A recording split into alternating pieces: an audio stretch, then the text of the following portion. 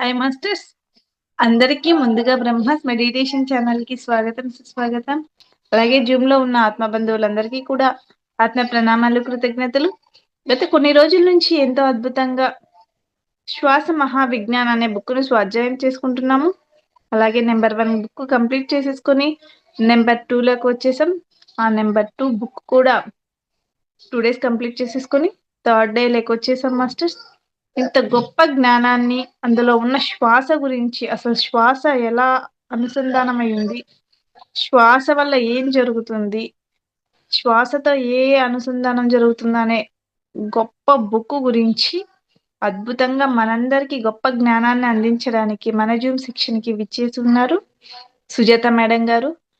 మేడంకి సగర్వంగా Brahma's meditation channel నుండి స్వాగతం సుస్వాగతం మేడం. Thank you. నమస్తే అమ్మా, థ్యాంక్ యూ.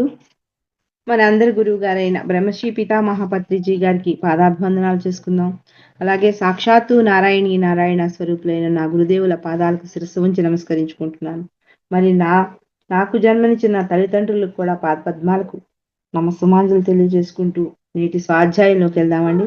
మరి ఇంత మహాజ్ఞానాన్ని అందిస్తున్న సమర్థ సద్గురు వేదపీఠంలో ఉన్న ప్రతి ఒక్క గురువుకి కూడా శిరస్సు వంచి పాదాభివందనం చేసుకుందాం.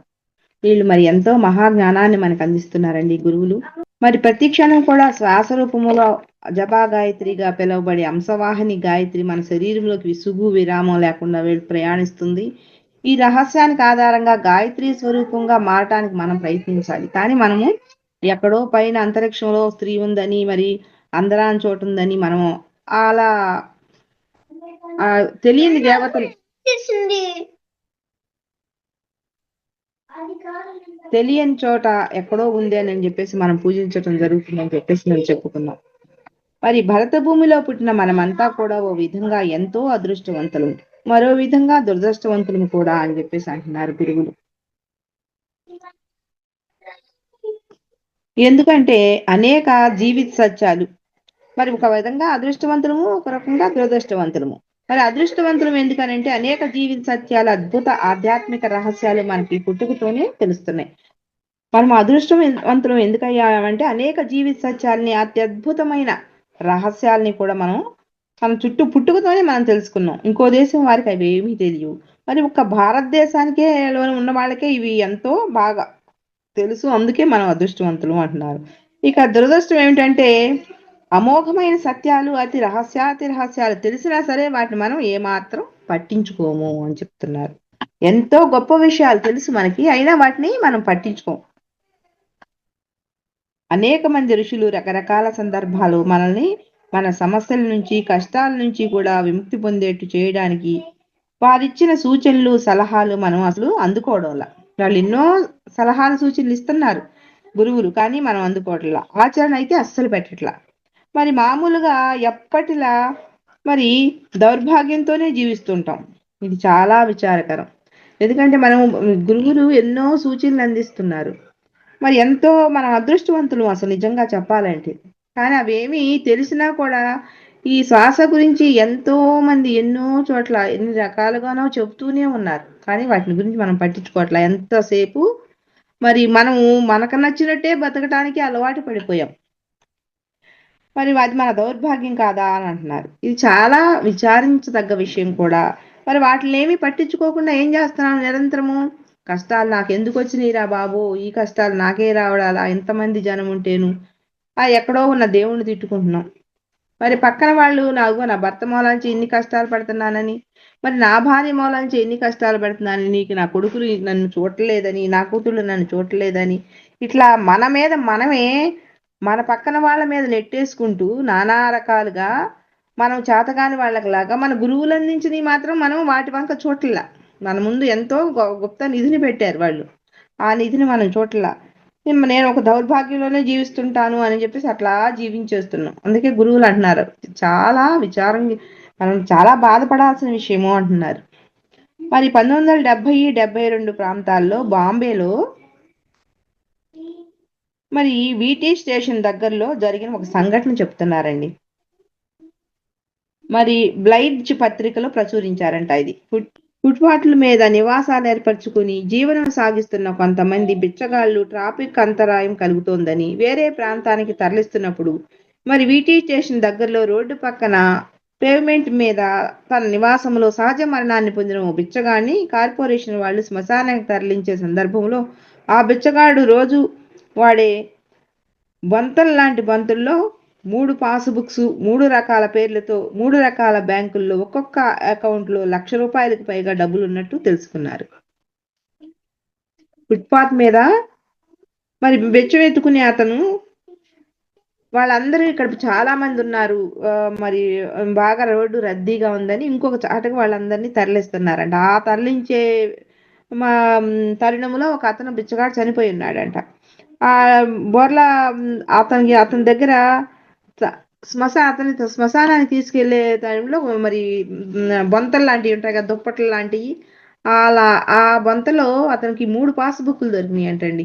దాంట్లో 3 పాస్బుక్ల్లో కూడా 3 బ్యాంకులు అంట. అవి ఒక్కొక్క బ్యాంకులో 1,00,000కి పైగా డబ్బులు ఉన్నాయంట మరి అతని దగ్గర. మరి ఉన్నట్లుగా తెలుసుకున్నారంట. బ్యాంకుల్లో అంత డబ్బు మూలుగుతున్నప్పటికీ ఆ బిచ్చగాళ్ళ దరిద్రంతోనే అలమటిస్తూ తిరుగుతున్నారు. మరి అంతంత డబ్బు ఉన్న బిచ్చగాళ్ళు ఏం చేస్తున్నారు? తిరుగుతున్నారు. ఎందుకంటే దానికి అలవాటు పడిపోయారు వాళ్ళు. ఋషి సంతతి అయిన మనము మన పూర్వీకులైన ఋషుల సత్తా మర్చిపోయాము. మనం అడుక్కోవటానికి అలవాటు పడిపోయాము. మరి అతను చూడండి, అన్ని డబ్బులున్నా కూడా 3 బ్యాంకుల్లో లక్షలు ఉన్నా కూడా మరి అతను అడుక్కోవడానికే అలవాటు పడిపోయి రోడ్డు మీదే చనిపోయాడు. మరి అతను దిక్కు మొక్కు లేకోకుండా. అట్లాగే మనం ఎవరము? ఋషుల సంతతి, ఋషుల నుంచి వచ్చిన వాళ్ళం మనము. మనం పూర్వీకులైన ఋషుల సత్తా, వాళ్ళ గొప్పతనాన్ని, వాళ్ళకున్న పవర్స్ ని మనం మర్చిపోయాం. మరి మహారాజులకు కూడా ఈర్ష్య అసూయలు కలిగించే విధంగా అత్యున్నత స్థాయిలో ఉండేవారు. మరి విశ్వామిత్రుడంతటి రాజు వశిష్ఠాశ్రమానికి వచ్చి మరి ఆ ఋషి ఆతిథ్యాన్ని స్వీకరించి మునిపెన్నడూ కని విని ఎరుగనటువంటి అమృతాన్ని ధిక్కరించేటువంటి రుచులతో మహారాజులు సైతం ప్రదర్శించలేని అతిథి సత్కారాలను పొంది సూర్య ఈర్ష్యాసూయులకు లోనయ్యాడు. అంతటి సమర్థులైన ఋషి పొంగవులు మనకెన్నో పురాణ ఇతిహాసాల్లో దర్శనమిస్తూ ఉంటారు. విశ్వామిత్రుడు రాజు వశిష్ఠ అడవిలో కని వచ్చాడు. వచ్చి అడవిలోకి వచ్చిన అతను ఆయన ఏం చేశాడు? వశిష్ఠాశ్రమానికి వెళ్ళాడు. వశిష్ఠ మహర్షి మరి రాజుగారు వచ్చారు కదా అని ఆతిథ్యాన్ని ఇచ్చారంట. ఆ ఆతిథ్యాన్ని ఇవ్వటం కూడా మామూలుగా ఇవ్వలేదు. ఆయన ఆతిథ్యం ఎంతో షడ్రోపేషమైనటువంటి ఎన్నో వంటలతో ఎన్నో రకాలుగా వంటలు చేసి రాజులు కూడా అలాంటి భోజనం పెట్టలేరేమో అన్నంత ఇదిగా ఆయన్ని గౌరవించటం జరిగిందంట. మరి నన్ను ఇంత ఇదిగా ఋషి గౌరవిస్తున్నాడు అని చెప్పేసి అనుకోవాలి. కానీ ఆ విశ్వామిత్రుడికి ఏం జరిగింది? ఈర్ష్య కలిగింది. ఋషులకు ఇంత గొప్ప భోజనం పెట్టడం, ఆ ఋషులు ఇది ఎంతటిది, రాజభోజనం కన్నా బాగుంది అని అనుకున్నాడంట మరి అతను. ఆయన మరి వారికి ఇంకొక లక్షణం కూడా ఉంది. సత్యవాక్ పరిపాలకులు. వాళ్ళు అబద్ధం ఆడరు. ఒకవేళ వాళ్ళు అబద్ధం ఆడినా అది నిజమే అవుతుంది. వాళ్ళకి ఋషులకి అంత శక్తి ఉండటమే కాదు, వాళ్ళు సత్యవాక్క పరిపాలకులు. అబద్ధం చెప్పరు. ఒకవేళ అబద్ధం చెప్పారనుకోండి తప్పక జరిగి తీరుతుంది అంటున్నారు. అది వాళ్ళ వాక్కు శక్తి వాళ్ళకి. మరి అంతటి అద్భుతమైన సంపన్నులైన మన ప్రాచీన ఋషులు దేవతలను కూడా శాసించే శక్తి కలిగిన వాళ్ళు అంతటి శక్తిశాలులే నేడు అసృనయాలతో మనల్ని ప్రాధేయపడుతున్నారంటే మరి కాల వైపరీత్యమా, వారి అసక్తత రెండూను. అట్టి వారి సంతతి అయిన మనము ఎంత గొప్పవాళ్ళు.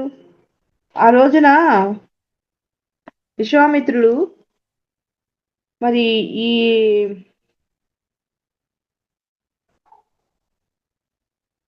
వశిష్ఠాశ్రమానికి వెళ్ళారు కదా, ఆ ఋషిని ఆతిథ్యాన్ని తీసుకున్నప్పుడు వశిష్ఠ మహర్షి మరి ఎంతో ఈర్ష్య చెందారు.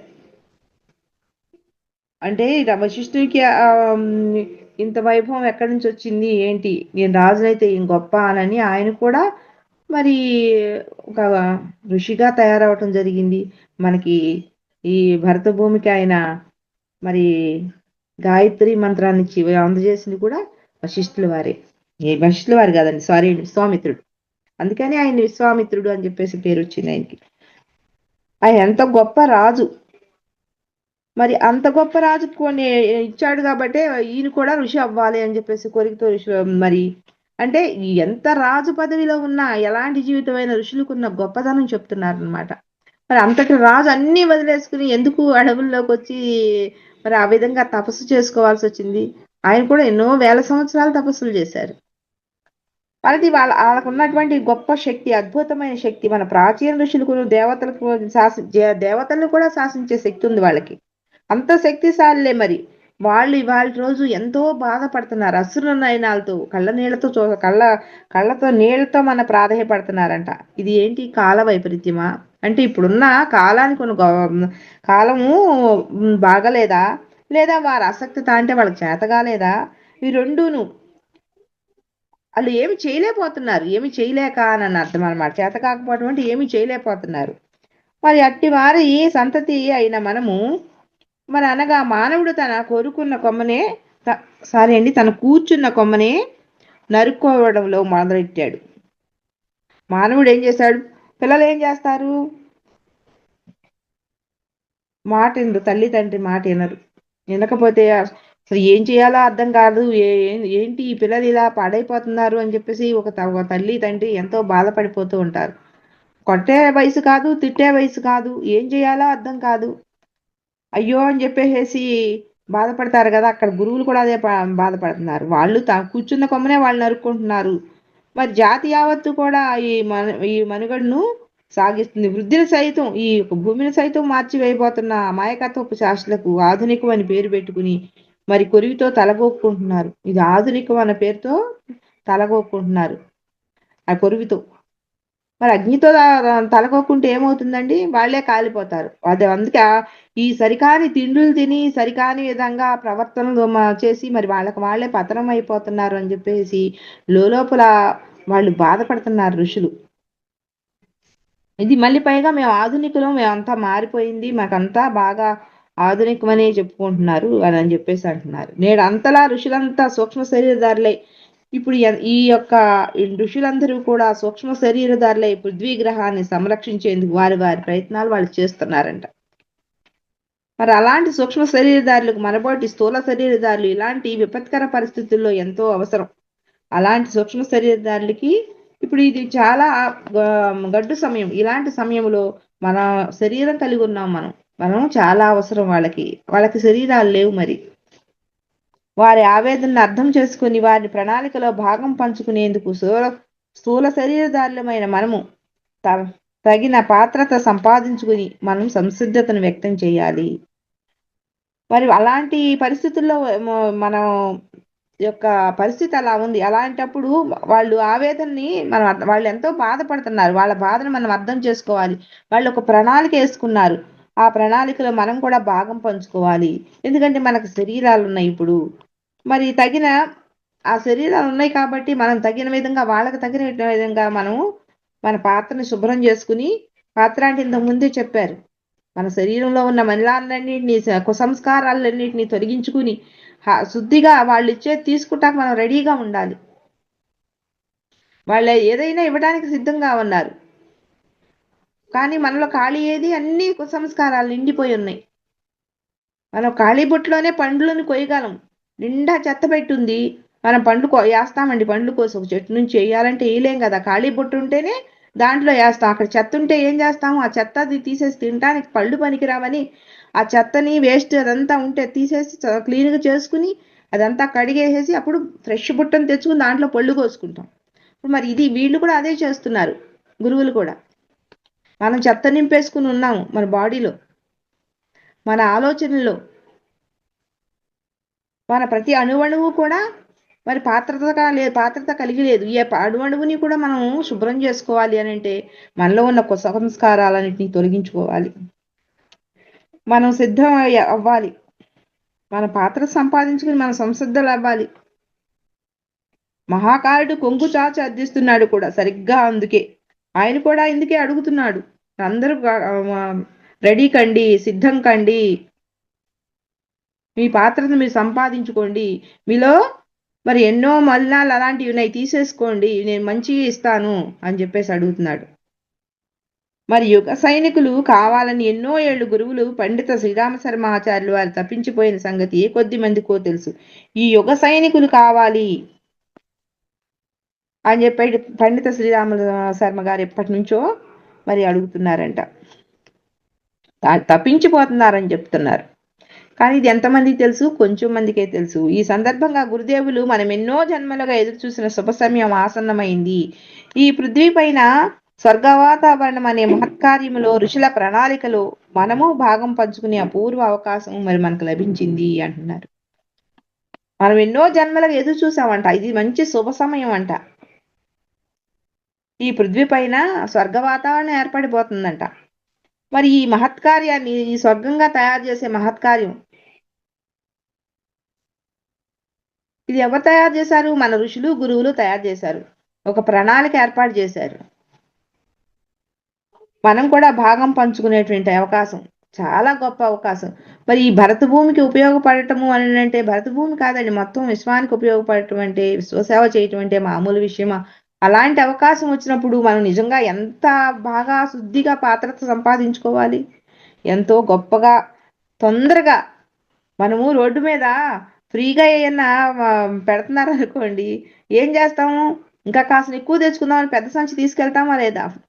ఈ భౌతికంగా ఈ బియ్యమో, ఏ తుఫాన్లు వచ్చినప్పుడు ఏ బియ్యమో, ఏ కందిపప్పులో లేదా ఏ వస్త్రాలో పంచి పెడుతుంటేనే పరుగులు ఎత్తుకుంటా వెళ్ళి తీసుకొచ్చుకుంటాం. మరి అలాంటిది ఎంత గొప్ప విషయం ఇది! చాలా గొప్ప విషయం. గురువులు అదే తపన పడుతున్నారు.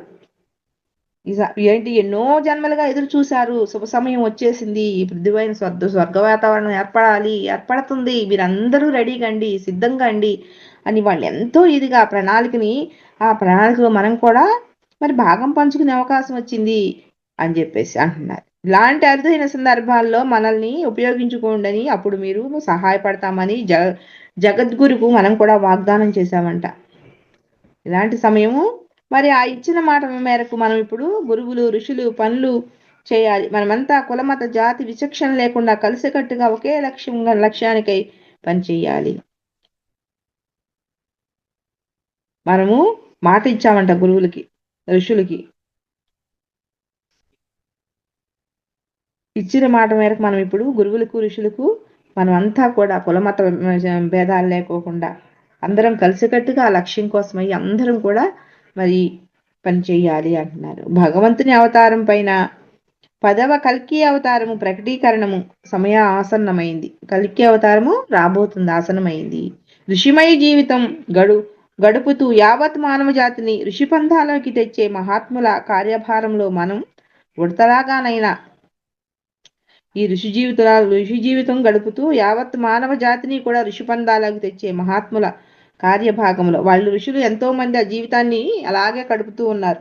ఈ మానవ జాతిని అందరినీ ఒక తాటిలో నడిపించాలి, అందరినీ అద్భుత మానవుడిగా తయారు చేయడానికి వాళ్ళందరూ సిద్ధమయ్యారు. దైవ మానవుడిగా తయారు చేయటానికి మనం కూడా వాళ్ళు ఏ బాటలో నడిస్తే ఆ బాటలో నడవటానికి, ఆ కార్యంలో భాగం పంచుకోవటానికి. ఆ రోజున ఉడత శ్రీరామచంద్రుడికి ఉపయోగపడింది చూశారు, అలా అయినా మనం ఉపయోగపడాలి. ఉడతలాగానైనా భాగం పంచుకోవడం మానవత్వం అనిపించుకుంటుంది కదా అంటాడు. మానవత్వం అంటే మనం కూడా ఇలా కొంచెమైనా ఆ ఉడతలాగానైనా సహాయపడితే మానవత్వం అనిపించుకుంటుంది కదా అని అంటున్నారు. అందుకు విరుద్ధంగా జరిగే ప్రతిచర్య రాక్షసత్వమే అవుతుందని వేరుగా చెప్పనవసరం లేదు. మరి మీరేమో దీనికి సహకరించట్లా, ఈ ఋషి ప్రణాళికలో భాగంగా ఉంటాక సహకరించట్లా. ఒక అడుగు ఇటు వేయండి అయ్యా, చూడండి నాయనలారా అని బతిలాడుతున్నారు. ఒక్కసారి ఇటు చూడండి, వెనక్కి తిరిగి చూడండి. పిల్లాడు వెళ్తుంటే ఎలా మనం ఎక్కడికన్నా వెళ్ళిపోతా ఉంటాడు పిల్లాడు. మనం ఎంత ఆతృతతో అడుగుతాము, ఇక్కడ గురువులు కూడా అదే ఆతృతతో అడుగుతున్నారు. ఒకసారి చూడండి. అది ఎవరి కోసం అడుగుతున్నారు? మీరు బాగుంటారు, మీరు ఆనందంగా ఉంటారు, మీ భవిష్యత్తు బాగుంటుంది, మీరు ఆరోగ్యంగా ఉంటారు, మీరు అష్టైశ్వర్యాలతో ఉంటారు, మీ సంబంధ బాంధవ్యాలన్నీ బాగుంటాయి. వీటి చూడండి, ఒక్కసారి మా వంక చూడండి అని అడుగుతున్నారు. కానీ మనం ఏం చేస్తున్నాం? అందుకు విరుద్ధంగా ప్రతి చర్య కూడా, మనం చేసే ప్రతి పని కూడా ఎడ్డమంటే తెడ్డంగా ఉంది, రాక్షసత్వమే అవుతుంది, వేరుగా చెప్పాలా అంటున్నారు. ఎందుకు ఇప్పుడు వరకు నేర్చేసుకుని ఉన్నాము సరికాని అన్ని ఇలా చేస్తే ఏమైంది అలా అని మనం ఎదురు ప్రశ్నలు వేసుకుంటా ఉంటాం. వాళ్ళు అట్టాగే చెబుతారు, నేను ఒకదాన్ని మారితే సరిపోయింది ఏంటి, అందరూ మారాలి, అందరూ మారితేనే మనం మారదాం అనుకుంటాం. మనం నేను ఎంతవరకు మారాను అంటే నా నుంచి వైబ్రేషన్స్ వస్తాయి. ఎలాంటి వైబ్రేషన్స్ వస్తున్నాయి నా నుంచి? పాజిటివ్ వస్తున్నాయా, నెగిటివ్ వస్తున్నాయా? నేను మంచి ఆలోచనలతో ఉన్నానా, సరికాని ఆలోచనలతో ఉన్నానా? నాకు నేను ఎవరికి వాళ్ళం ప్రశ్నించుకునే సమయం వచ్చింది, ఆసన్నమైంది. ఆ దైవ మానవునిగా తయారవడానికి నాకు అర్హత ఉందా లేదా? ఆ అర్హతను నేను సంపాదించుకున్నానా లేదా? నా పాత్ర నేను నీట్ గా పెట్టుకున్నానా లేదా? నా పాత్ర నేను క్లీన్ గా పెట్టుకున్నాను అనుకోండి, ఆ భగవంతుడు ఇచ్చే అద్భుతమైన ఇప్పుడు ఆ యొక్క అమృతం ఆ పాత్రలో పడాలి అంటే ఖాళీగా నీట్ గా ఉండాలి. మరి అంత నేను కలిగి ఉన్నానా లేదని ఎవ్వరికి వాళ్ళమే చెక్ చేసుకోవాలి. అందుకే అంటున్నారు రాక్షసత్వమే అవుతుంది కానీ వేరుగా చెప్పాల్సిన అవసరం లేదు అంటున్నారు. మరి కల్కి అవతారం చేతిలో ఖడ్గం పుచ్చుకొని పయనమైంది రాక్షసత్వ నిర్మూలనకేనని గుర్తు చేసుకుని మన మానవ జాతి స్థితి తక్షణం సరిచేసుకోవాల్సిందని ఇందు మూలంగా ప్రేమపూర్వకంగా యావన మందికి తెలియజేయబడుతోంది. ఈ మధ్యకాలంలో పుస్తకంలో కూడా ఇవ్వబడిందండి. ఎందుకంటే ఎవరైతే మారరో, వారి గుణాలను ఎవరైతే మార్చుకోరో, ఎవరైతే మార్చుకుంటారో 2 రకాలుగా వేరు వేరు చేయబడతారంట మనుషులందరూ కూడా తప్పకుండా వేరు వేరు చేయబడతారు. ఎందుకంటే వేరు చేయబడటం అంటే అక్కడ వాతావరణము హింసాత్మకంగా ఉంటది. మాటలతో చేతలతో దూషించుకుంటూను అట్లా ఉంటారు. ఇక్కడ స్వర్గ వాతావరణం ఉంటుంది. పక్క పక్కన ఉన్నా కూడా అలా ఏర్పడిపోతుంది. 2 భాగాలు చేయబడతారు, 2 భాగాలుగా చేస్తారు. కాలనీలు ఏర్పరచుకుంటారు. ఒక కాలనీలో అద్భుతంగా అందరూ ఇప్పుడు ధ్యానంతో కూడుకునే వాళ్ళు అందరూ ఒక చోట చేరతారు. మరి భక్తులందరూ ఒక చోట చేరతారు. ఏమి వద్దు పేకాట రాయిళ్ళు అందరూ గుళ్ళు వెనకాల అట్లా ఉంటారు కదా, అట్లాంటి వాళ్ళందరూ ఒక చోట చేరతారు. అదన్నమాట. అన్ని రకాలుగా చీలిపోద్ది అని చెప్పేసి చాలా చోట్ల పుస్తకాల్లో అన్ని చోట్ల ఇస్తున్నారు. మరి అట్లాగే ఇక్కడ కూడా చెప్తున్నారు ఏమని, మానవ జాతి తక్షణమే మరి సరి చేసుకోవాల్సి ఉంటుంది. ఇందు మూలంగా ప్రేమపూర్వకంగా యావన్ మందికి మేము తెలియజేస్తున్నాము అంటున్నారు గురువులందరూ. భవిష్యత్తు ద్రష్టలు అనేకులు ఈ రోజుల్లో జరగబోవు అనేక విపత్తుల గురించి, ప్రకృతి వైపరీత్యాల గురించి మరి తమ భవిష్యవాణి ద్వారా ఎన్నో హెచ్చరికలు చేస్తున్నప్పటికీ ఒక్క శ్రీరామశర్మ ఆచార్యుల వారు మాత్రమే ఈ మహా వినాశనాన్ని నుంచి మనల్ని తప్పిస్తానని మాటిచ్చారు. భవిష్యత్ ద్రష్టలు ఎంతో వాళ్ళు దూరచూపులో ఉన్న ఎంతో పెద్ద పెద్ద ద్రష్టలు ఆ రోజుల్లో జరగబో అనేక విపత్తుల గురించి ఎన్నో జరగబోయినాయి. ఎన్నో అక్కడ సరికానివేవో జరగబోయినాయి. అలాంటి అన్నిటి నుంచి చాలా ప్రమాదాలు వచ్చినాయి మనకి. అన్నిటి గురించి కూడా ఎన్నో ప్రకృతి ఎన్నో రకాలుగా మనకి చూపించింది, వైపరీత్యాలను చూపించింది. మరి భవిష్యవాణి ద్వారా ఎన్నో హెచ్చరికలు కూడా చేశారంట గురువులందరూ కూడా. రాబోయే రోజుల్లో ఇలా ఉంటుందని హెచ్చరికలు కూడా చేశారంట.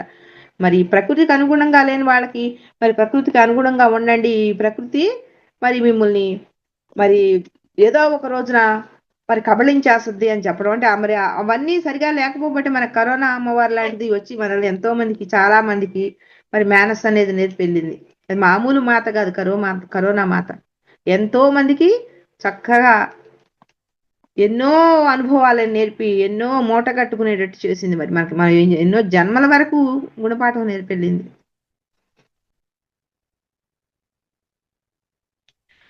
అట్లాంటి ప్రకృతి వైపరీత్యాల గురించి ఎప్పుడో ముందే హెచ్చరికలు చేశారంట. కానీ ఒక శ్రీరామ శర్మ ఆచార్యులు మాత్రమే ఆ మహావినాశనాన్ని నుంచి మనల్ని తప్పిస్తానని ఆయన మాట ఇచ్చారంట. మరి 21వ శతాబ్దపు ఉజ్వల భవిష్యత్తులో తీర్చిదిద్దుతానని ఆయన ప్రకటించారంట. మరి అయితే ఇంకేమి, ఆ మహానుభావుడి ప్రయత్నం మన కోసమే కదా, ఇక మనకేమిటి, వారు చూసుకుంటారులే అని ఎలా ఉన్నవారు అలాగే ఉంటూ మన ప్రవర్తనలో ఎటువంటి మార్పు గనక మన మానసిక స్థితిలో ఎటువంటి విధమైన మార్పుల కోసం ప్రయత్నించకపోవడం సరి అయింది కాదు. ఇంకే ఆయన మాట తీసుకున్నాడుగా, ఆయనే చూసుకుంటాడు మనకెందుకు అని అనుకుని మాట్లాడకుండా కూర్చుంటారేమో.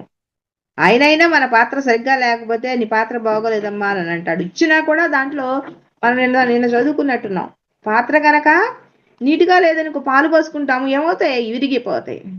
వాళ్ళు ఇచ్చినా మన పాత్ర సరిగ్గా లేకపోతే ఎందుకు పనికిరావు, వికటిస్తాయి అన్నమాట, ఇంకా డబల్ అవుతాయి. మరి మనం పాత్ర శుభ్రంగా రెడీగా పెట్టుకోవాలంటే మనం ఎప్పటి నుంచే మనలో ఉన్నటువంటి సరికాని అన్ని నీట్ చేసుకుంటూ ఉండాలి. మనం ప్రయత్నించాలి. ఇది ప్రయత్నించకపోవడం సరైన పని కాదు అంటున్నారు. మానవత్వం కూడా కాదు. మానవ జాతి యావత్తుకై ప్రతి వ్యక్తి పేరున కోటి కోటి వంతున గాయత్రి మంత్రం చేసి నీ కొరకు నేను నీ ఖాతాలో ఇంత సొమ్ము జమ చేశాను. మరి దాన్ని మీరు కొద్దిపాటి ప్రయత్నంతో లేదా సాధనతో సంతకం చేయడం నేర్చుకొని ఆ సంపాదన మీ సొంతం చేసుకోండి నాయనలారా అంటున్నటువంటి మహనీయుల దివ్య ప్రణాళికలోని కార్యభాగం గాని భాగం పంచుకునే ప్రయత్నం చేయని వారికి ఖచ్చితంగా రాబో భవిష్యత్తు దుర్భర భవిష్యత్తుగా మారగలదని విజ్ఞులు గ్రహించాలి. చూడండి, ఆయన అప్పుడు ఉన్నటువంటి టైంలో శ్రీరామ శర్మ ఆచార్యులు వారు మానవ జాతి యావత్తుకి కూడా అందరికీ కూడా మానవులు ఎంతమంది అయితే ఉన్నారో భూమిలో అంతమందికి కూడా ఒక్కొక్కళ్ళ పేర కోటి కోటి గాయత్రి చేసి పెట్టారంట. వాళ్ళు మంత్రజపం చేసి నీ కొరకు నీ ఖాతాలో ఇంత సొమ్ము జమ చేశాను. దాని మీద కొద్దిపాటి ప్రయత్నంతో మన తల్లిలో తండ్రో తాతో ముత్తాతలో ఎవరో మరి కొంత ధనాన్ని మన బ్యాంకులో జమ చేయటం జరిగింది అనుకుందాం. బ్యాంకు వాడు మా తాతయ్య చనిపోయాడు, మా తాత నాన్న ఎవరో చనిపోయారు. ఏమండి మా తాతగారు డబ్బు వేశాడు నా పేరున, ఇవ్వండి అంటే ఇచ్చేస్తాడు ఆ బ్యాంక్ అతను. మరి ఈ భౌతిక జీవితంలో మళ్ళీ పోతే మళ్ళీ సంపాదించుకునే డబ్బే ఇవ్వట్లేదు, మరి ఎవరిస్తారండి? మనం దానికి అర్హత మనం సంపాదించుకోవాలి కదా. అదే ఇక్కడ చెప్తున్నారు, కొద్దిపాటి ప్రయత్నంతో అంటే సాధనతో అని అర్థం అనమాట. సాధనతో సంతకం చేయటం నేర్చుకుని ఆ సంపదను మీ సొంతం చేసుకోండి నాయనలారా. బ్యాంకోడు ఎలుముద్రలో సంతకం లేదు ఇస్తాడా? డబ్బులు ఇవ్వడు. అలాగే ఇక్కడ ఈయన కూడా చెప్తున్నారు ఏమని, మీ ఖాతాలో కొంత సొమ్ము ఉంచాను, నేను కొంత గాయత్రి చేసి పెట్టాను. సుజాత పేరు ఉంది. ఆ సుజాత ఇంకెంతసేపు అబద్ధాలు ఆడుతూ ఎంతసేపు సినిమాలు చూస్తూ నాటికలు చూస్తూ కాళ్ళం గడిపేస్తే ఆ సుజాతకు వస్తుందా? కొంచెం నా వంక చూడండి, ఒక్కసారైనా చూడండి, ఒక్క అడుగు వేయండి, సంతకమైనా చేయటం నేర్చుకోండి. కనీసం ఒక్కసారిరా గాయత్రి నేను చెప్పగలగాలి. ఓహో శ్రీరామ శర్మ గారు అనే ఆయన ఉన్నాడంట, గురువు గారు ఇలా అందరి పేర చేసి పెట్టాడంట, నాకు కూడా పెట్టే ఉంటాడు. ఎందుకంటే భూమి మీద యావత్తు మందికి పెట్టానన్నాడు ఆయన, నాకు కూడా పెట్టే ఉంటాడు. కనీసం కొన్ని గాయత్రులైనా నేను చేసుకుని కనీసం ఆ గురువుల యొక్క పేరునైనా తెలవడానికి పనికిరాని నాకు చేసి పెట్టాడు ఆయన. కనీసం ఆ గురువులు ఏంటో చూద్దాము, అసలు ఎంతవరకు నిజమో, ఎంత కరెక్టా కాదా, మనకు నమ్మకం లేకపోయినా సరే అసలు ప్రయత్నించాలిగా.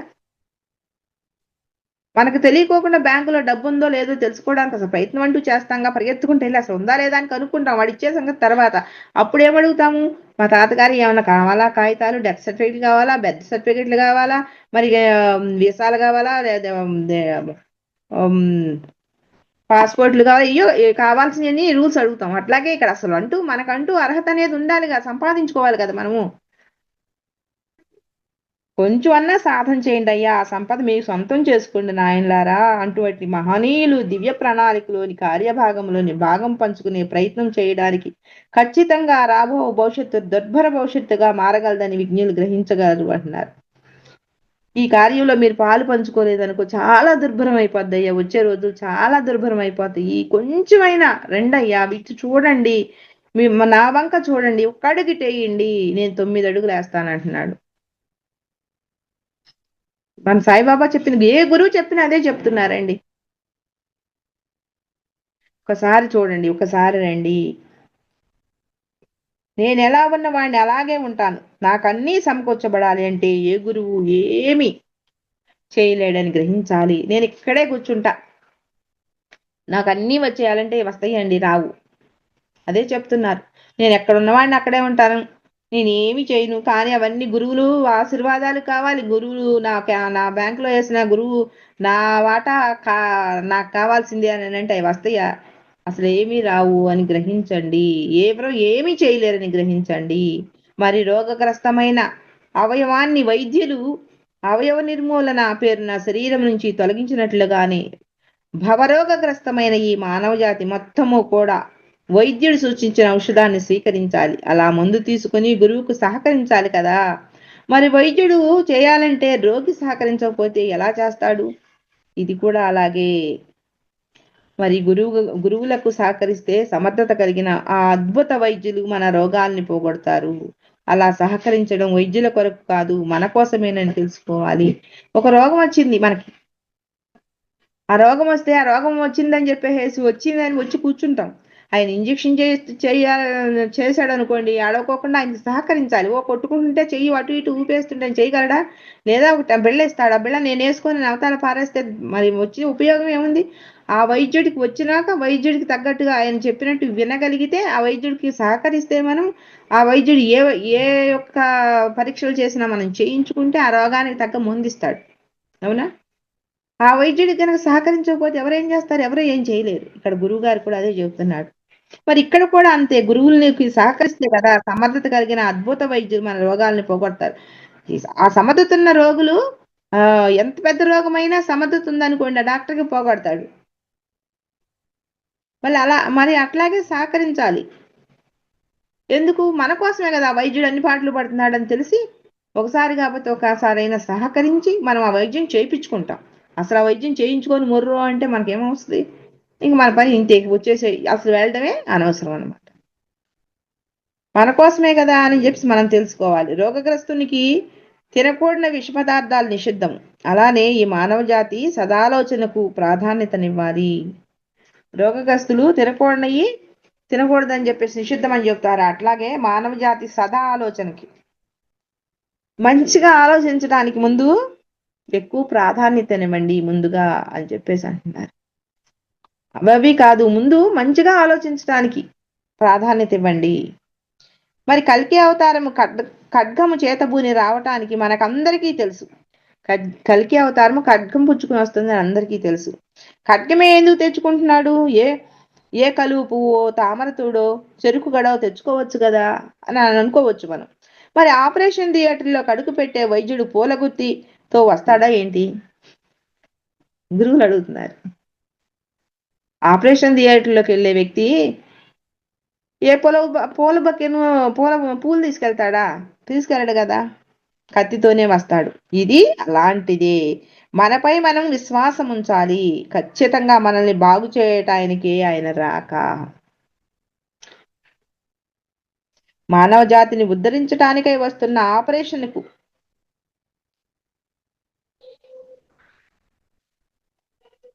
వైద్యుల సూచనల మేరకు మనం మందులవి వాడడంలా ఇది అలాంటిది. మనం సూచనలు పెడచెవిన పెడితే కష్టాలు వచ్చినా కూడా బాధపడాల్సి వస్తుంది. ఖచ్చితంగా మనల్ని ఆయన బాగు చేయటానికే వస్తున్నాడు. ఈ మానవ జాతిని ఉద్ధరించడానికి ఆయన వస్తున్నాడు. వైద్యులు సూచనలు మనం పెడచెవిన పెట్టామనుకో, వాడాలా వద్దా అనుకుంటా మనం ఏమైపోతాము? ఇది అలాంటిదేను. ఆయన సూచనలు పెడచెవిన పెడితే కష్టాలు వస్తాయి, బాధపడాల్సిందే. ఇది అంతేను. పూర్తిగా మీరు సహకరించాలి. దాంతో మానవ జీవితాలు స్వర్ణమయంగా మారిపోతాయి. మీరు సహకరించకపోతే ఏమీ కావు. ఎక్కడ వేసిన గొంగళి అక్కడే ఉంటుంది అని చెప్పేస్తున్నారు. మరి ఈ మానవ జాతి ఇంత దుస్థితికి దిగజారిపోవడానికి కారణం శ్వాస గురించి నిర్లక్ష్యం చేయడమే అని గ్రహించాలి. మళ్ళీ మెయిన్ మ్యాటర్కి వచ్చేసారు గురువులు. ఈ మానవ జాతి అందరూ కూడా ఇంత దుస్థితికి దిగజారిపోయింది ఎందుకయ్యా అంటే శ్వాసని నిర్లక్ష్యం చేయటం వల్లే. మన శ్వాస లోతుగా తీసుకోకపోవడం కారణమనగాను, లేక ఎక్కువ శ్వాసను తీసేసుకోవడం వలన, ఎక్కువ శ్వాసను వదలడం వలన గాను ఈ పరిస్థితులు ఏర్పడ్డాయి అని చెప్పేసి అంటే అడ్డదిడ్డంగా తీసేసుకుంటున్నాం. శ్వాసను ఎక్కువ తీసుకోవటమో తక్కువ తీసుకోవటమో, మరి ఎక్కువ తీసుకుని తక్కువ వదలటం అట్లా. ఋషి వచనములు అంటే శ్వాసను మనము తక్కువైనా పీలుస్తున్నాము, లేదా ఎక్కువైనా వదులుతున్నాము, రెండు చేస్తున్నాము. దీన్ని సరిచేసుకుంటే మనిషి మృత్యువు రాదు, అసలు సుఖ సంతోషాలతో జీవించగలుగుతాడు.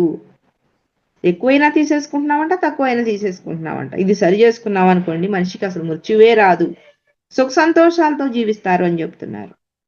గీత 8వ అధ్యాయంలో శ్వాసను ఉపయోగించి బాహ్య పరిస్థితులను మనకు అనుగుణంగా మార్చుకోవచ్చని తెలియజేయబడింది. గీతాచార్యులు కృష్ణ భగవానులు చెప్పారంట. మన ఈ శ్వాసను ఉపయోగించుకుని మన బాహ్య పరిస్థితులు అంటే మన చుట్టూ ఉన్నటువంటి పరిస్థితులు అవన్నీ కూడా మార్చుకోవచ్చు అని చెప్పారంట. మరి 2వ అధ్యాయంలో 48వ శ్లోకం చెప్పబడిందంట. మరి 5వ అధ్యాయంలో 27వ శ్లోకంలో చెప్పబడిందంట ఈ విధంగా. మరి 4వ అధ్యాయం 29వ శ్లోకం ఇచ్చారు ఇక్కడ.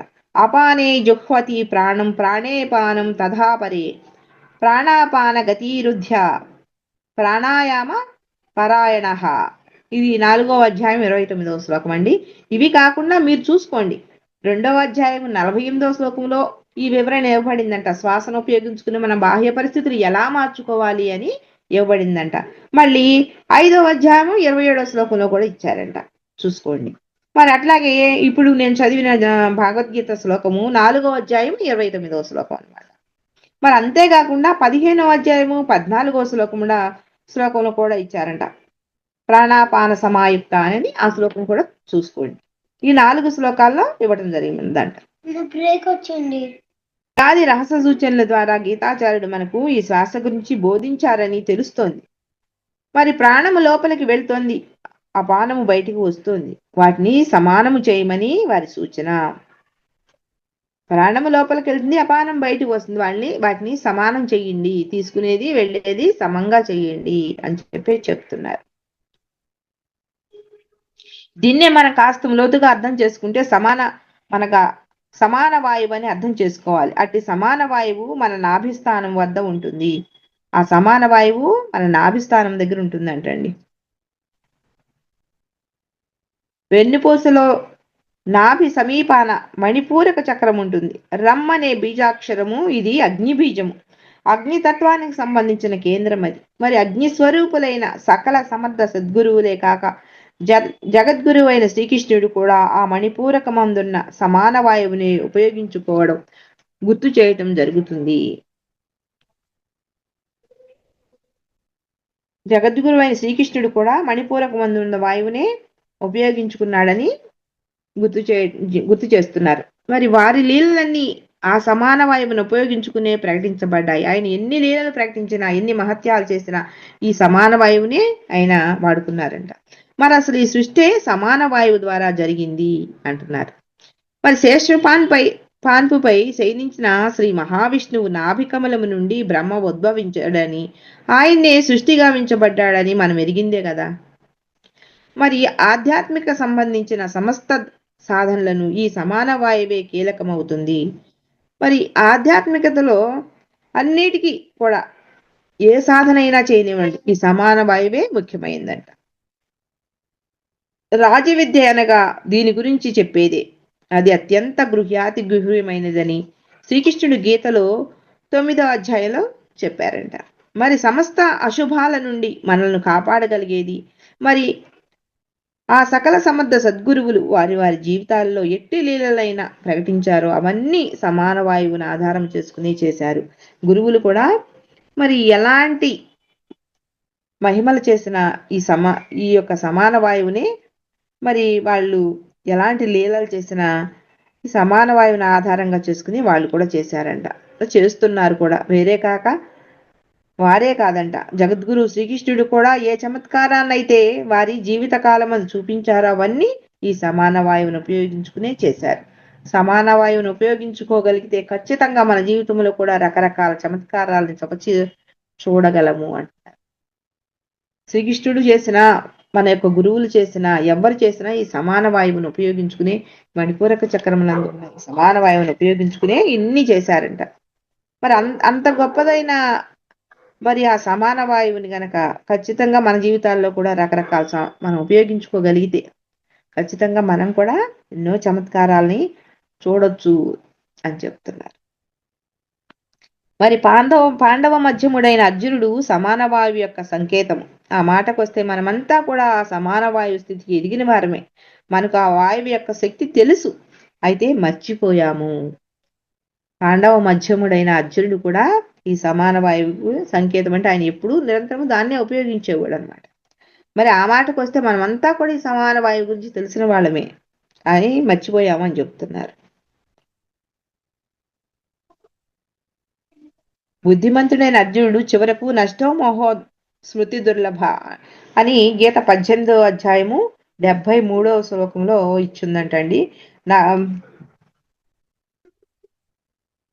నాకు గుర్తొచ్చింది, నీవు చెప్పు, ఏం చేయమంటావో అది చేస్తాను అన్నాడు. మనకు కూడా ఆ స్థితికి వెళ్ళాం. అంటే కృష్ణుడు మొత్తం చెప్పిన తర్వాత, భగవద్గీత అంతా చెప్పిన తర్వాత, సరే ఇంక చెప్పు నువ్వేం చేయమంటే అది చేస్తానంటాడు కదా. అట్లా ఇప్పుడు మనం కూడా అదే స్థితికి వెళ్ళామని అంటున్నారు. శ్వాసను గమనించుకుంటుంటే మనం విజ్ఞానమయ కోశంలోకి ప్రవేశిస్తాము. ఈ శ్వాసను మనం గమనించుకుంటా ఉన్నాం అనుకోండి, మనము విజ్ఞానమయ కోశంలోకి వెళ్తాము. ఈ శ్వాసే ఓంకారము. మరి విజ్ఞానమయ కోశంలో ప్రవేశించడం వల్ల ప్రజ్ఞా వాతావరణం ఏర్పడుతుంది. అంటే సర్వజ్ఞత స్థితి, సర్వవ్యాపకత స్థితి, సర్వసమర్థ.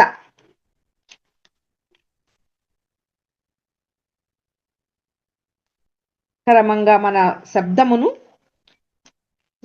కాదండి, మన శ్రద్ధను బట్టి పొందగలుగుతాము అని చెప్పేసి అంటున్నారు. అంటే ఈ ఓంకారము, ఈ శ్వాసే ఓంకారము. ఈ విజ్ఞానమయ కోశంలో మనకి ప్రవేశించడం వల్ల, మనం ఎప్పుడైతే విజ్ఞానమయ కోశంలో ప్రవేశిస్తామో ఈ ప్రజ్ఞ వాతావరణం అనేది ఏర్పడిపోతుంది. ఎంతో అద్భుతమైన వాతావరణం ఏర్పడుతుంది. అంటే సర్వజ్ఞత స్థితి, అన్నీ తెలిసిన స్థితికి వెళ్తాం అనమాట. సర్వవ్యాపక స్థితి, సర్వసమర్థత స్థితి, అన్నీ తెలిసిపోయే స్థితికి మనం వెళ్తాం అనమాట. ఎప్పుడైతే మనము ఈ విజ్ఞానమయ కోశంలోకి ప్రవేశించామో అప్పుడు అనమాట. క్రమంగా మన శ్రద్ధను బట్టి అప్పుడు ఎప్పుడైతే ఆ యొక్క విజ్ఞానమయ కోశంలోకి వెళ్ళామో అప్పుడు మనం ఎంత మన శ్రద్ధ, మనకున్నటువంటి శ్రద్ధను బట్టి మనం ఎంత సాధన చేస్తామో అంత అద్భుతాన్ని మనం పొందగలుగుతాం అనమాట. మరి గడప దగ్గర నిలబడితే ఇటువైపు గదిలోని విషయాలు, అటువైపు గదిలోని విషయాలు ఎలాగైతే గ్రహించగలమో అలా ముక్కు కొనయందు మనం గడప దగ్గర నిలబడ్డాం అనుకోండి, అటు హాల్లో ఉన్న టీవీని చూడొచ్చు, ఇటు బెడ్రూమ్లో ఉన్న పిల్లల్ని చూడొచ్చు. అంతే కదా, మనం అందుకే కదా గడప దగ్గర చిన్నపిల్లలు ఉన్నారు అనుకోండి, ఇటు ఇటు రూమ్లో వదిలేసి వాళ్ళు బయటికి వెళ్ళకుండా గడప దగ్గర నిలబడి గడపలో వాళ్ళకి అడ్డంగా కూర్చుని ఉంటాం. ఎందుకంటే హాల్లో ఉన్నటువంటి టీవీని చూస్తాము, లేదా ఇంట్లో ఎవరన్నా వస్తారేమో అని చెప్పేసి అట్లా కూర్చుని ఉంటాం. ఇక్కడ మనకు చెప్తున్నారు, గడప అటు గదిలో ఉన్న విషయాలు ఎలా గ్రహించగలుగుతాము, అలాగే ముక్కు కొనయందు దృష్టిని నిలిపితే ఈ అనంత ఆకాశం నుంచి పుష్కలంగా ప్రాణశక్తి మనలోకి వెల్లువలా జొరబడుతుందని తెలుస్తుంది. మన ముక్కు కొనయందు దృష్టిని నిలిపితే అంటే నాసాగ్రమమునందు, ఈ యొక్క కనుబొమ్మల మధ్య అనమాట, దృష్టిని నిలిపితే ఈ అనంత ఆకాశం నుండి పుష్కలంగా ప్రాణశక్తి మనలోకి వెల్లువలా జొరబడుతుంది. మన స్థితిని అక్కడ గనక ఆపగలిగామనుకోండి, ఇక్కడ ఈ ప్రాణశక్తి ఇక్కడ ఉన్నటువంటి మనం అనంత ఆకాశంలో ఉన్న పుష్కలంగా ఉందండి ఇక్కడ ప్రాణశక్తి, కానీ మనం తీసుకోవడమే మన చేత కావట్లేదు. వెల్లువలా జ్వరబడద్ది అని చెప్తున్నారు. ఇక లోపలికెళ్ళి ఈ శ్వాస ఎలా ఎలా ప్రయాణించి ఏ ఏ చోట్లకు వెళ్తుందో గమనించుకుంటే క్రమంగా తెలిసిపోతుంది. మనం లోపలికి ప్రయాణించగలిగామనుకోండి, ఎలా శ్వాస ప్రయాణిస్తుంది, ఏ చోటకి వెళ్తుంది ఏంటి అని అన్నీ మనకే తెలిసిపోతాయి అని చెప్పి. మొట్టమొదట మనం తీసుకున్న శ్వాస ముక్కు ద్వారా లోపలికి వెళ్తుంది, అక్కడి నుంచి ఊపిరితిత్తుల్లోకి వెళ్తుంది, అక్కడ అది 5 భాగాలుగా మారుతుంది. అలా 5 భాగాలుగా మారినటువంటి శ్వాసే మన శరీరంలో 5 శక్తులుగా పనిచేస్తుంది. ముందు శ్వాస ముక్కులోంచి లోపలికి వెళ్తుంది, ఊపిరితిత్తుల్లోకి వెళ్తుందంట, మరి అక్కడ 5 భాగాలుగా మారుతుందంట. ఈ 5 భాగాలుగా మారినటువంటి శ్వాస మన శరీరంలో 5 శక్తులుగా పనిచేస్తుందంట. అవే మనం ప్రాణ అపాన వ్యాన ఉదాన సమానాలని తెలుసుకున్నాం. మన ఊపిరితిత్తుల్లో 5 భాగాలుంటాయి. ఒకవైపు 3, రెండో వైపు 2 గదులు ఉంటాయి. 2 గదులు మాదిరిగా ఉంటాయంట. ఒకవైపు 3, మరోవైపు 2 గదులు ఉంటాయి.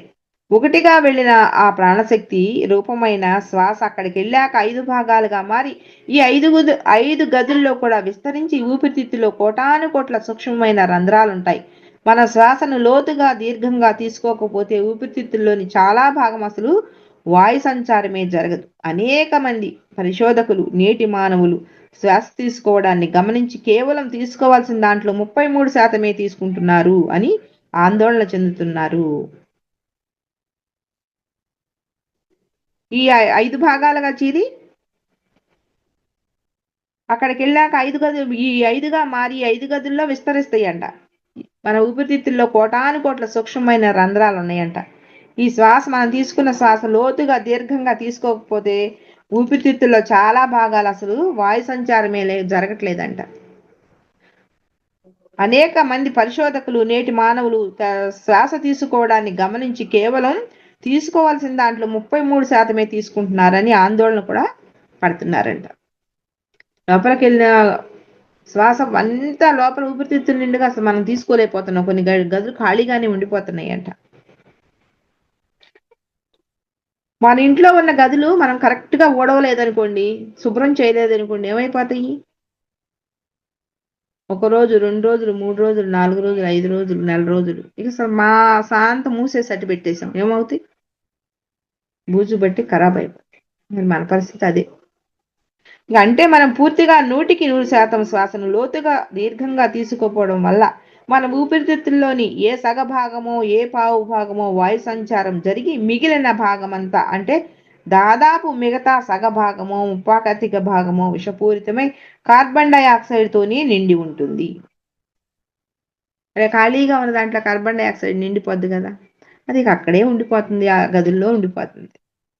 మనం తీసుకున్న ఆక్సిజన్ ప్రాణశక్తి ఆ ఊపిరితిత్తుల్లోని కోటాను కోట్ల మరి కొద్ది ఊపిరితిత్తుల్లోని కోట్ల కొద్దీ ఉన్న సూక్ష్మ రంధ్రాల గుండా మరి సంచారం చేయవలసి ఉండాలి. అసలు ఏవో కొన్ని కణజాలాలు మాత్రమే పనిచేస్తూ మిగతా భాగం యావత్తు ఏమవుతుంది? నిర్జీవంగా అయిపోతుంది, నిర్వీర్యం అయిపోతుంది, ఎందుకు పనికి రాకుండా అయిపోతుంది.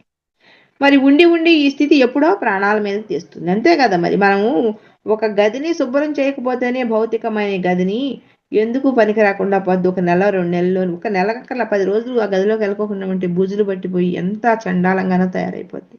మరి మన ఊపిరితిత్తులు ఎంతో సెన్సిటివ్ గా ఉంటాయి, భగవంతుడు ఇచ్చినటువంటి అద్భుతమైన వరం మరి ఈ యొక్క దేహం. మరి ఈ దేహాన్ని మనం శుభ్రం పెట్టుకోవాలి కదా.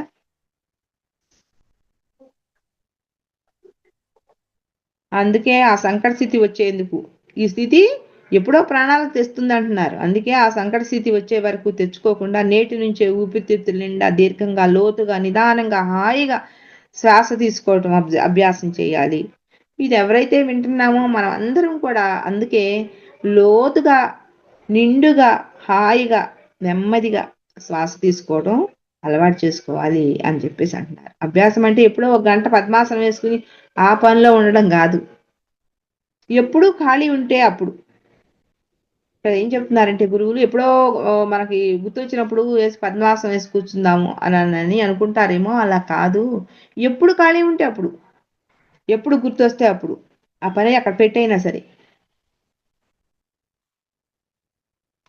రాత్రి అనక పగలనక పట్టుదలతో మరి అవకాశం చిక్కినప్పుడల్లా చాలా దీర్ఘ శ్వాసలు తీసుకోవాలి.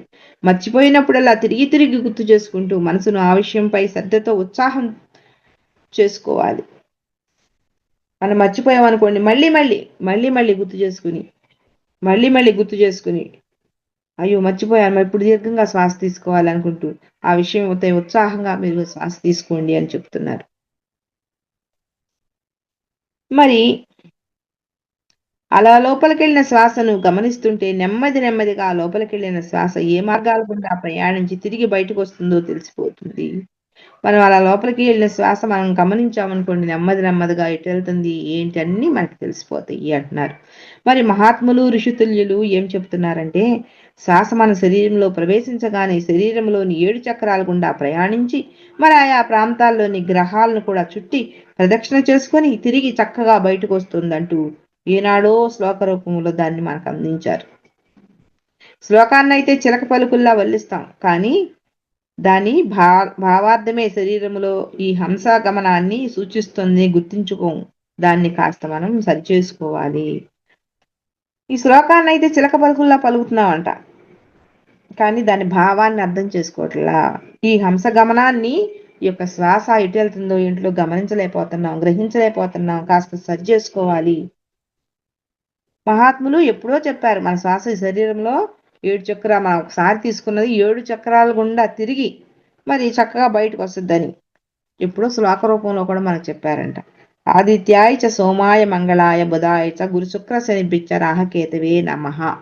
ఇదే శ్వాస యొక్క మరి ఇది మనం రాహుకేతువులుది అని చెప్పేసి అనుకునేవాడు, ఇదే నవగ్రహాల యొక్క శ్లోకం అనుకునేవాడు, కానీ శ్వాసకు సంబంధించింది అంట.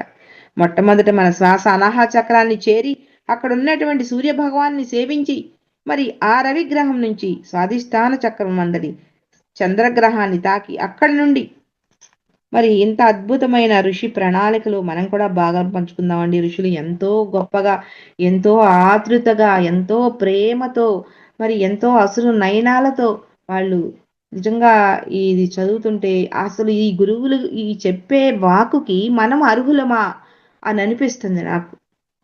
నిజంగా అర్హత మనకుందా? ఆ తీసుకునే అర్హత, ఆ పొందే అర్హత ఉందా? మరి నేను పాత్రనంతా క్లీన్ చేసుకున్నానా? చేసుకోగలనా? అని అనిపిస్తుంది. మరి ప్రతి ఒక్కళ్ళం కూడా ఒక్క క్షణం ఆలోచించి మనల్ని మనం ఎలా బాగు చేసుకోవాలి? వాళ్ళేమి అడగట్లేదు. మిమ్మల్ని మీరు బాగు చేసుకోండి అని అడుగుతున్నారు.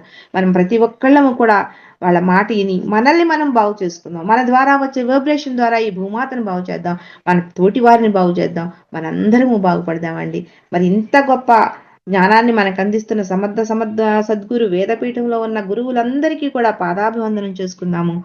మరి రేపటి స్వాధ్యాయంలో కలుసుకుందామండి. ఇప్పటి వరకు మనకు ఎంతో మంది హాస్టల్ మాస్టర్స్ మనకెంతో సహాయం చేశారు. వాళ్ళందరికీ కూడా అనంత కోటి ప్రణామాలు తెలుపుకుంటూ బ్రహ్మాస్ మెడిటేషన్ ఛానల్ వాళ్ళకి ఆత్మ ప్రణామాలు తెలుపుకుంటూ రేపు స్వాధ్యాయంలో కలుసుకుందామండి. Thank you madam.